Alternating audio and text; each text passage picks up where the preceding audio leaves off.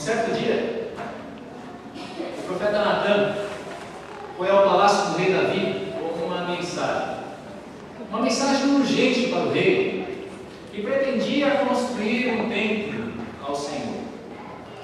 Apesar de, por haver derramado muito sangue, o Senhor lhe proibir de construir esse santuário, através de Natan ele dá a Davi uma série de promessas maravilhosas.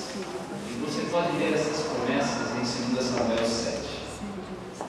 Diante de todas as promessas que Deus faz, e reconhecendo a sua própria pequenez, a sua humildade, apesar dele ser o rei de Israel, diante da grandeza dos planos de Deus, Davi faz uma pergunta: quem sou eu?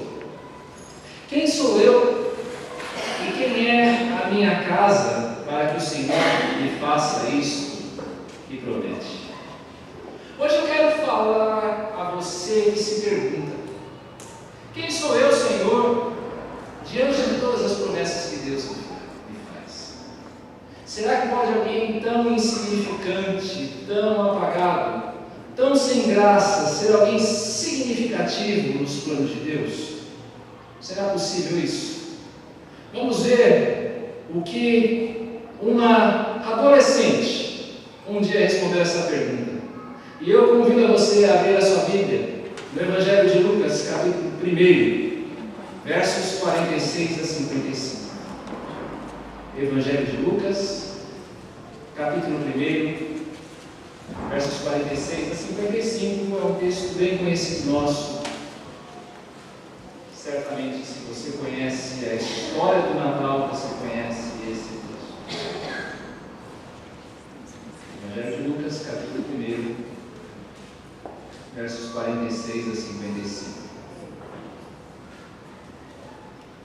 Então, disse Maria: a minha alma engrandece ao Senhor, e o meu espírito se alegrou em Deus, meu Salvador, porque contemplou na humildade da sua serva, pois desde agora todas as gerações me considerarão bem-aventurado. Porque o Senhor me fez, porque o Poderoso me fez grandes coisas, santo é o seu nome. A sua misericórdia vai de geração em geração sobre os que o temem. Agiu com o seu braço valorosamente, dispersou os que no coração alimentavam pensamentos soberbos, derribou do seu trono os poderosos e exaltou os humildes, encheu de bens os famintos e despediu vazios os ricos. Amparou a Israel seu servo, a fim de lembrar-se da sua misericórdia a favor de Abraão e de sua descendência para sempre, como prometera aos nossos pais. Lucas é um evangelho que exalta o poder soberano de Deus na salvação do homem. Esse é o evangelho de Lucas, um evangelho que exalta esse poder de Deus na salvação do homem pecador, do homem perdido. No evangelho de Lucas, Jesus é aquele que vem buscar o pecador, e não o pecador que vai a ele. É maravilhoso isso, não é, irmãos? Você perceber que é Deus quem vem em busca do pecador, e não o pecador que vem em busca de Deus. Quem era Maria? Esse personagem que é tão controverso. Maria é nos apresentada como uma quase menina. Quando você estuda um pouco dos costumes de Israel, você vai perceber que Maria, ela não devia ter mais do que 14 ou 15 anos quando desses fatos. Uma quase menina, prometida em casamento. Maria estava prometida em casamento a um homem muito mais velho chamado José, e que corria um sério risco de ser apedrejada por adultério, porque afinal de contas, certamente seria muito difícil explicar a José como ela parecera grávida, não é? E diante dessa gravidez inesperada, José, como noivo de Maria, tinha todo o direito de sujeitá-la à pena do apedrejamento nos termos da lei de Moisés. Maria era de uma aldeia desprezada lá nos confins de Israel, lá no fundão de Israel, a aldeia de Nazaré, tão desprezada que quando Jesus aparece para pregar, alguns vão dizer: pode alguma coisa boa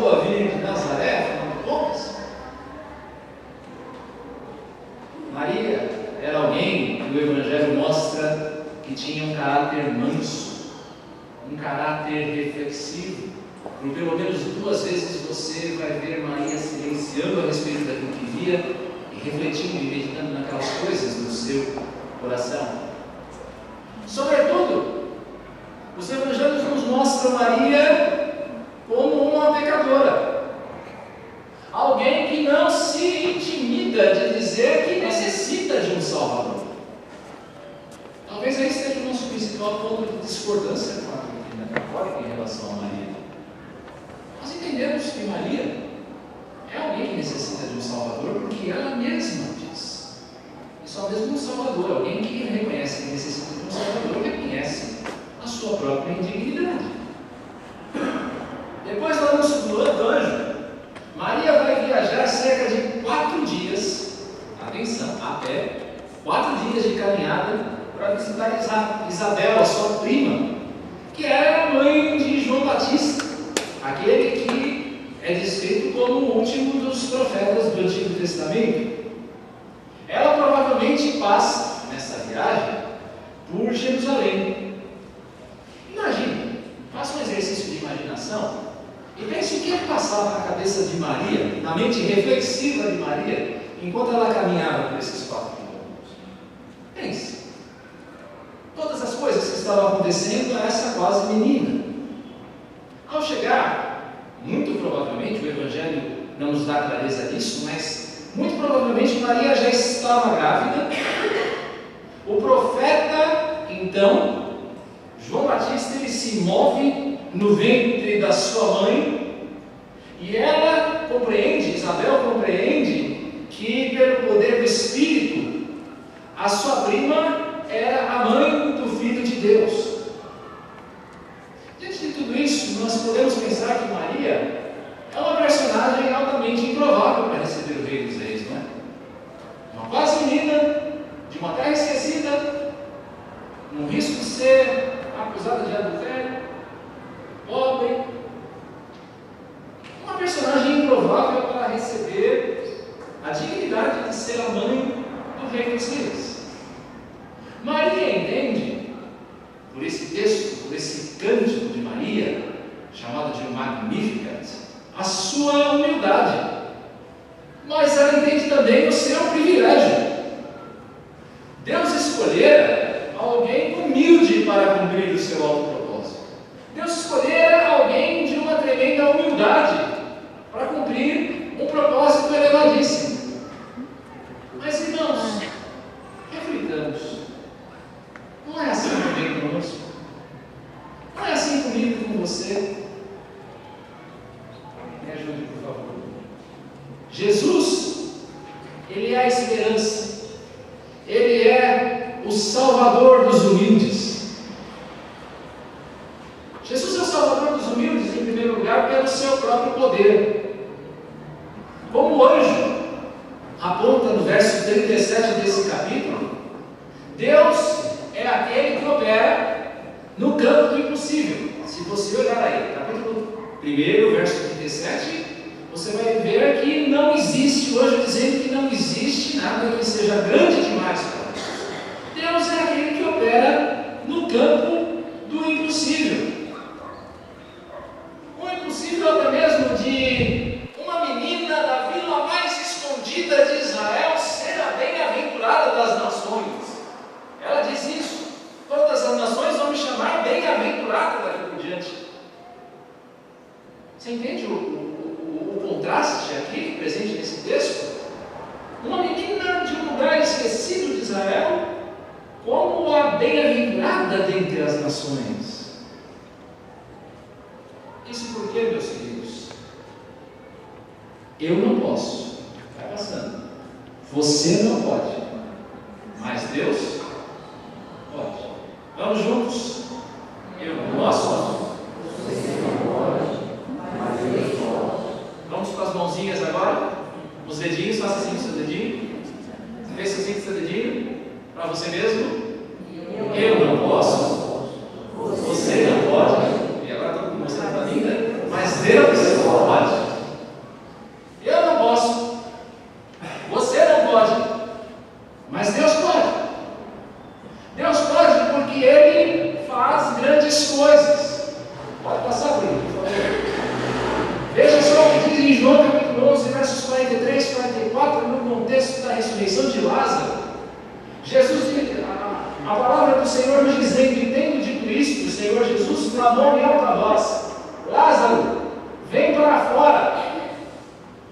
Quem é que sai disso? Não. Leia o texto. Saiu aquele que estivera morto, não é simplesmente Lázaro.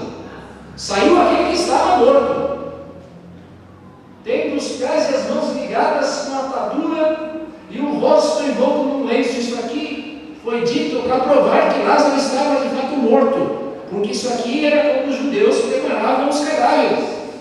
Então lhes ordenou Jesus: desatai-o, porque já não está mais morto, e o deixa ir. Deus é aquele que faz grandes coisas, coisas maiores do que eu ou você podemos pensar. Eu não posso, você não pode, mas Deus pode, porque Ele faz grandes coisas. Porque Ele envergonha os que se acham poderosos. Lembre-se dos confrontos de Jesus com os fariseus.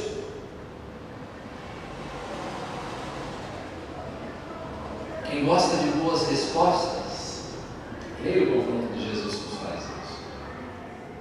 Os fariseus sempre eram muito hábeis em tentar encontrar laços para prender Jesus. Provavelmente, se eu e você fôssemos colocados na mesma situação, certamente nós teríamos morrido muito antes do que Jesus. Mas Jesus, ele era sábio o suficiente para envergonhar aqueles que se achavam poderosos, que se achavam sábios.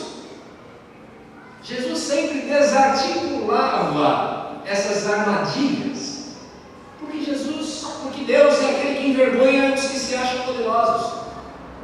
Mas Deus também é aquele que enche de honra aqueles que não a tinham, e por isso eu peguei esse texto de Marcos 12, 14. Quando ia passando, viu a Levi. Quem é Levi?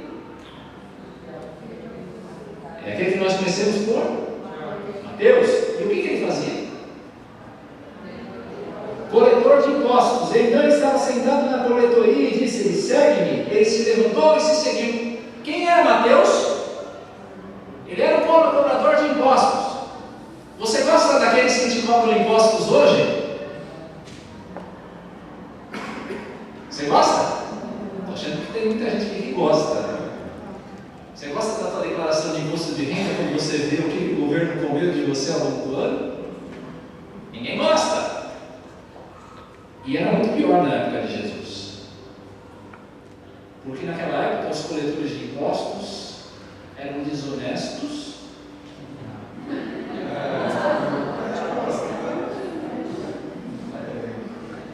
Eu não disse nada. Eles eram desonestos e traidores da nação, porque a parte daquilo que eles entregavam, eles desviavam para si, e o resto eles entregavam para Roma, que era a nação que dominava Israel naquela época. Um coletor de impostos era pior do que um cachorro. Era alguém em quem os judeus cuspiam. Eles rejeitavam esse tipo de pessoa. E no entanto, Jesus o enche de honra, tornando-o seu discípulo. Eu não posso, você não pode, mas Deus pode. Deus também é aquele que enche de provisão dos humildes. Todos comeram e se fartaram, e do que sobejou eles recolheram 7 cestos cheios. Qual é o contexto dessa passagem, meus irmãos? Multiplicação dos pães e peixes. Jesus, ele se apieda de uma multidão que está faminta. E então ele enche de provisão aqueles que nada têm. E não é assim comigo e com você. Eu não estou falando aqui de comida e bebida. Eu estou falando aqui de vida espiritual. Nós que nada tínhamos, nós que somos mendigos, somos tornados por meio de Jesus Cristo, da sua vida e do seu sacrifício em reis. Cristo torna os reis em mendigos e os mendigos em reis, para que a glória seja de Deus. Deus humilha os sábios e exalta os humildes, para que a glória não seja nossa, mas toda a glória seja a glória de Deus. Eu não posso, você não pode, mas Deus pode.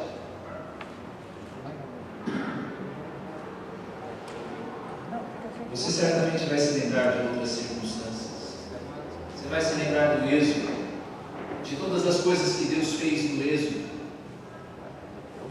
de como um povo de escravos se torna um exército poderoso, valoroso. Você certamente se lembrará da história de Davi e Golias, de como um quase menino, experimentado sim nos combates por causa da sua atuação como pastor, mas em termos militares, um ignorante, de tal maneira que a armadura do rei Saul não cabia nele. E, no entanto, Deus dá a ele vitória sobre os soldados experimentados. Você certamente se lembrará de Daniel, colocando o rei da Babilônia de joelhos ao ser salvo da cova dos leões. Meus amados, quem é que pode fazer aquilo que Deus faz? Quem é que pode fazer aquilo que Deus faz quando Deus ele resolve curar? Quem é que pode fazer aquilo que Deus faz quando Ele resolve restaurar? Quem é que pode fazer aquilo que Deus faz quando Deus ele faz valer a sua justiça? Quem é que pode fazer? E principalmente, quem é que pode fazer aquilo que Deus faz na sua salvação?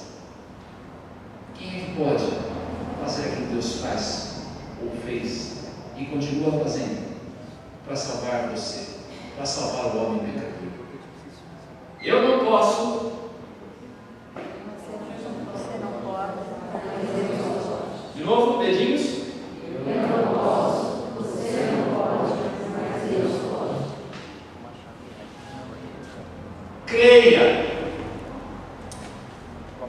Creia no poder de Deus. Você está acordado?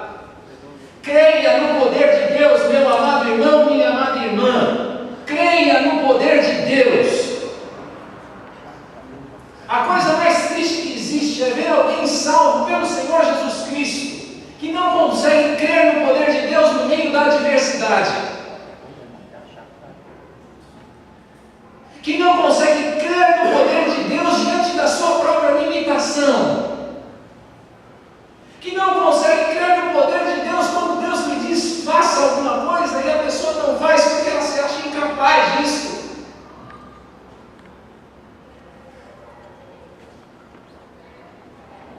Creia no poder de Deus.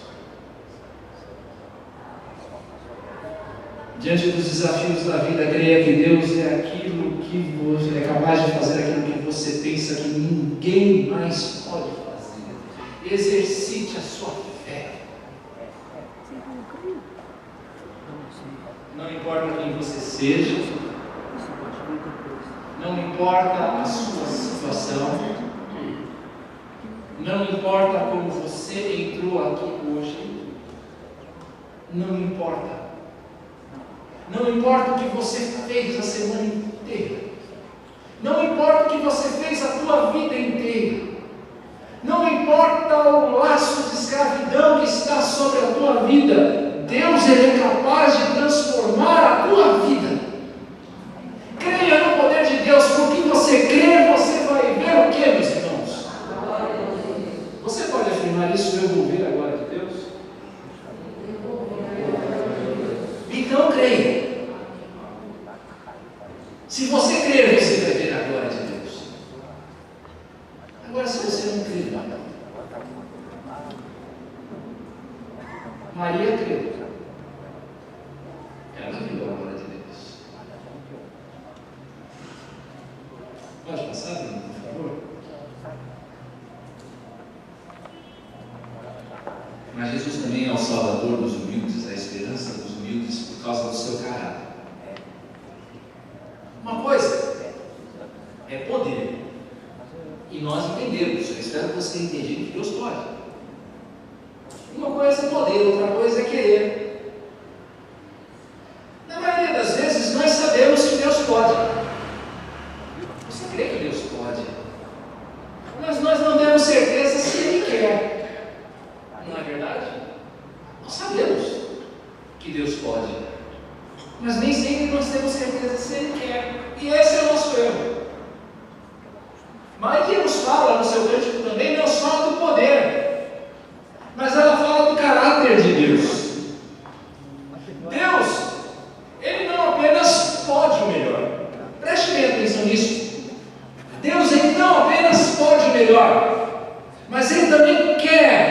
melhor para você? Você crê nisso? Que Ele não apenas pode, mas Ele quer o melhor para você? Deus quer o melhor. Deus quer o melhor para você. E Deus quer o melhor para você porque Ele é santo. Jesus, certa vez confrontando os seus adversários, Ele trouxe esse texto: quem dentre vós me convence de pecado? Ou seja, quem é de vocês que pode levantar o dedo e me acusar de alguma coisa errada? Se vos digo a verdade, por que razão não me credes? O caráter de Jesus Cristo é um caráter santo. Ele não mente. O caráter de Jesus Cristo não é um caráter que permita que Ele haja com malícia. Jesus, Ele não é como, eu já usei essa ilustração aqui algumas vezes, mas ela é sempre válida. Ele não é aquela criança malvada que fica com uma lente de aumento debaixo do sol, torrando a formiguinha. Não é assim que funciona. Deus, Ele não é aquele que te manda fazer alguma coisa, que te manda viver de determinada maneira, simplesmente para que Ele se divirta com o seu próprio sofrimento. O caráter de Deus não é assim. Nós, às vezes, temos de admitir, nós adotamos esse caráter sádico. Algumas vezes. Algumas vezes a gente olha assim e diz: perfeito. Mas não é assim o caráter de Deus. Não é assim o caráter de Jesus Cristo. Jesus, Ele quer o melhor para você porque Ele é santo e Ele não age com malícia. Mas Jesus também quer o melhor para você porque Ele é misericordioso. E esse aqui é um dos textos mais bonitos que eu conheço a respeito de Jesus Cristo. Vendo Ele as multidões, compadeceu-se delas porque estavam aflitas e exaustas como ovelhas que não têm pastor. Que maravilhoso é pensar que Jesus, Ele nos vê assim. Ele vê você assim. Como aquela ovelha que está aflita, como aquela ovelha que está exausta, como aquela ovelha que necessita de um pastor. E se Ele é misericordioso, como nós estamos vendo aqui, Ele não é insensível. Jesus não é insensível a você. Ele não é insensível àquilo que você sofre. Ele não é insensível. Ele se compadece de você. Mas Jesus também quer o melhor para você porque Ele é fiel à descendência de Abraão. Quem é a descendência de Abraão, meus irmãos? Você tem certeza disso? Somos nós? Não é apenas o Israel terreno. Romanos capítulo 4, versos 11 e 12 mostra isso, né? De que a descendência de Abraão não são simplesmente aqueles que nasceram de Abraão segundo a carne, o povo judeu, mas somos eu e você, todos nós que cremos no Senhor Jesus. Nós descendemos de Abraão pela fé. E Jesus, Ele é fiel a essa descendência. Mateus 24, 35 diz assim: passará o céu e a terra, porém as minhas palavras não passarão. Aquilo que Jesus prometeu, Ele certamente irá cumprir. Nenhuma das promessas do Senhor deixará de se cumprir. Se Ele é fiel, queridos, Ele não pode mentir. Se Ele prometeu a você, Ele irá cumprir. É certo também que se Ele não prometeu, Ele não irá cumprir. Eu estou dizendo isso para que você não se engane com o teor da minha mensagem. Porque às vezes você fala: bom, eu estou esperando, me permitam aqui exagerar, o carro do ano ou um emprego de 10 mil reais. Se Deus quer o melhor para mim, o melhor certamente é um emprego de 10 mil reais. Quem disse? Se Ele não prometeu, Ele não irá cumprir, mas cada uma das suas promessas certamente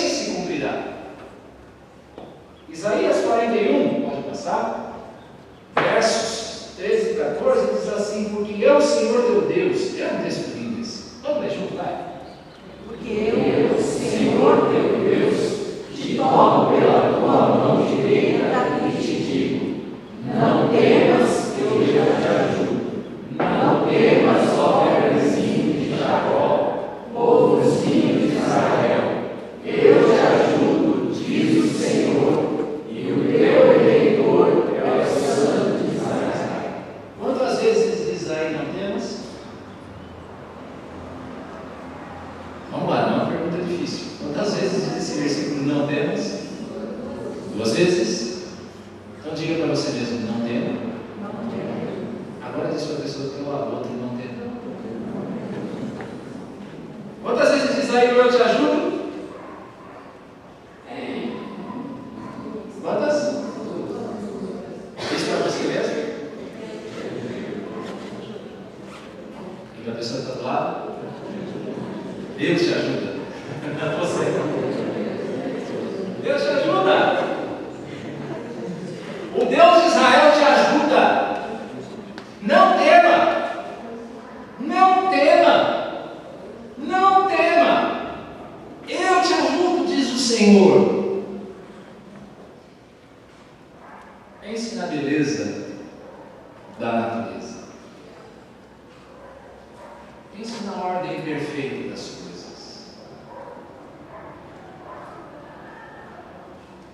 Eu não sei quantos de vocês, agora a conversa vai se tornar um pouco mórbida, me permitam, mas vocês vão entender o que eu quero dizer. A Ana provavelmente deve ter vivido isso, aqueles que são, a Raquel certamente, Davi, quem é profissional da saúde experimentou isso. Quem é do direito, talvez. Mas eu não sei quantos de vocês já tiveram a possibilidade de ver uma autópsia. Eu falei que ia ser meio mórbido. Mas uma coisa que salta aos olhos é a perfeição de você. Eu quando via, não a minha autópsia, mas quando eu tive a oportunidade de ver uma autópsia, não é nada agradável. Entretanto, me veio à mente a perfeição do universo, da criação de Deus, de como Deus faz todas as coisas de maneira perfeita, de como o nosso corpo é estruturado de uma maneira absolutamente perfeita. Olhe para o universo, a beleza e ordem da natureza. Eu pergunto a você, será que Deus precisaria fazer isso para nós?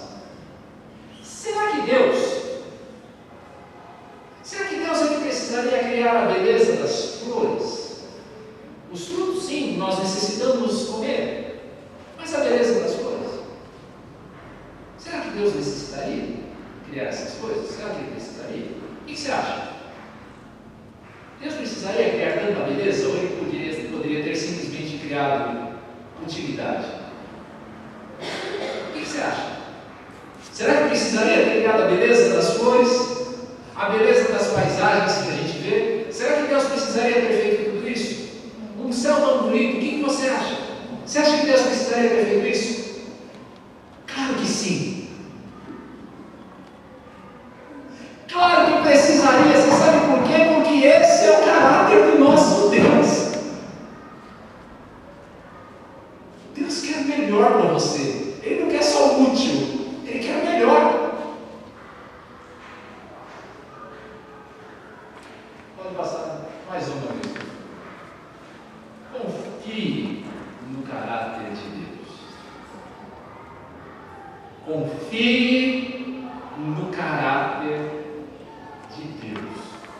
Não confie apenas no poder. Confia no caráter dele. Não murmure. Meus amados, a gente às vezes murmura muito por qualquer coisa. Não fica murmurando pela vida fora. Não fica questionando o porquê das coisas. Por quê, Senhor? Por quê comigo? Ó vida, ó céus, ó azar. Confie que Deus fez aquilo que é bom. Confie que Deus fez aquilo que é necessário ser feito. Porque Deus quer o melhor para você. E o melhor nem sempre é o agradável. O melhor nem sempre é o agradável. Se um dia você já tomou uma bezetacil, você sabe do que eu estou falando. O melhor nem sempre é gostoso.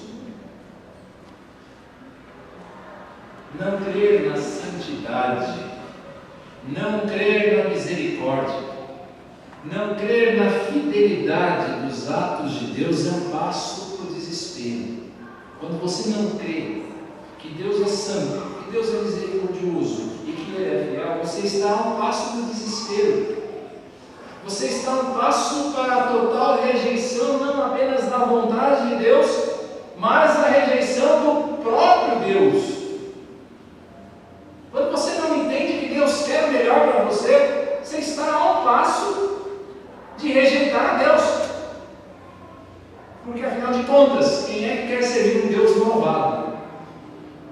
Que só quer saber de bater em você.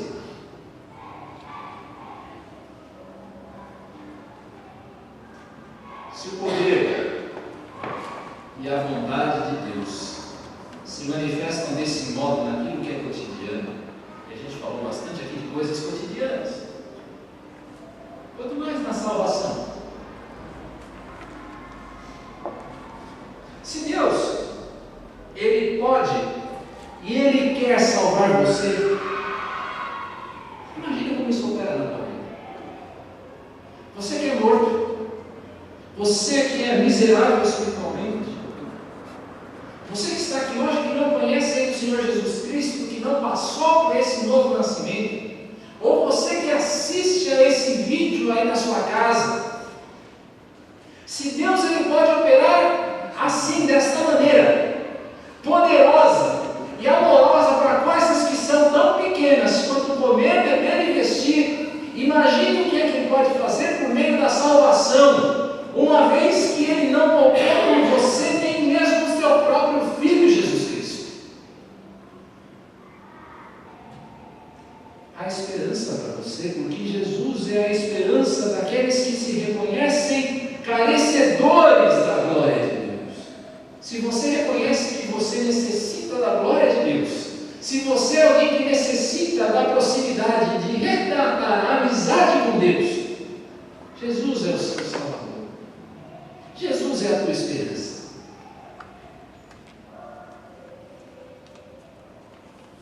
Quem é você? Quem é você? Para representar um papel tão importante nos planos de Deus. Quem é você? Quem é você para ser um embaixador do Evangelho, como nós vimos hoje na escola bíblica? E se você não veio, você perdeu. E você perdeu muito. Há uma chance de arrependimento, uma porta de salvação para você na semana que vem. E mais ainda no ano que vem. Eu quero ver você aqui. Se você não vier, eu vou fazer que nem a Sandra, eu vou puxar sua orelha. Mas quem é você para representar um papel tão importante nos planos de Deus? A que casa nobre você pertence? Você é da família do príncipe de Mônaco? Dos Windsor da Inglaterra? A que família nobre você pertence?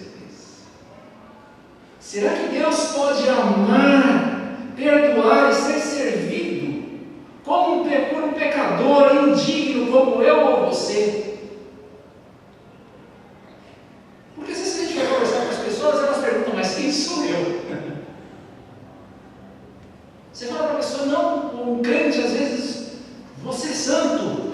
E ele diz, santo? Não, eu não sou santo não.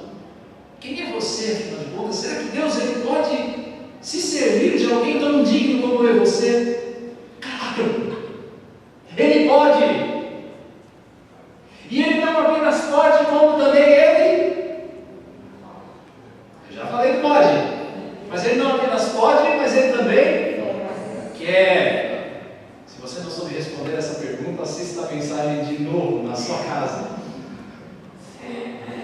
Foi por eu e você sermos tão incapazes por nós mesmos. Foi por causa da minha incapacidade, da sua incapacidade.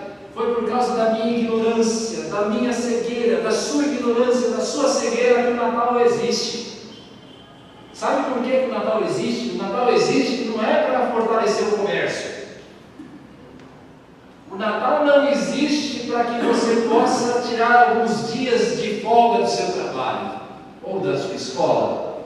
O Natal existe porque eu e você somos incapazes de fazer por nós mesmos aquilo que que só Deus pode fazer, que é a salvação em Jesus Cristo.